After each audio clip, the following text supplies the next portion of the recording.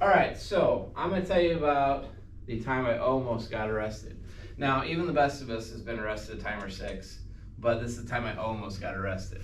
So, this story started in a communication class, or no, I'm sorry, that's wrong. It started in a philosophy class.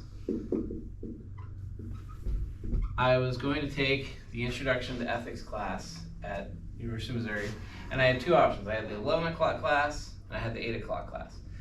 And I went to both for the first day, and I was like, well, I think I'm gonna take the 11 o'clock class because it seems more fun, more talkative and all that. And so I decided to take the 11 o'clock class. So, this class, it was taught by this wonderful instructor, Brian Lang, and they were both the same instructor. But there was a group. I always sat in the second row. There was a group of people sitting behind me who was BJ, which was short for Black Josh, and Poof, which was short for his last name Poofall, and Jerome. They were all roommates, and they were super talkative. So I got to chat with them, and throughout the semester, I got to know them better. And then probably April, towards the end of the semester, they were going to have a party at their house. They had another roommate whose name was, I believe, JT, but I didn't really know him.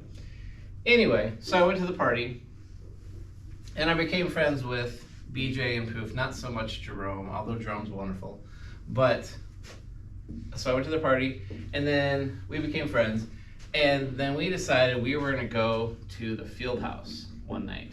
And the field house at Mizzou, this was the place where all the fraternities and sororities would go, and there were always arrests outside of it.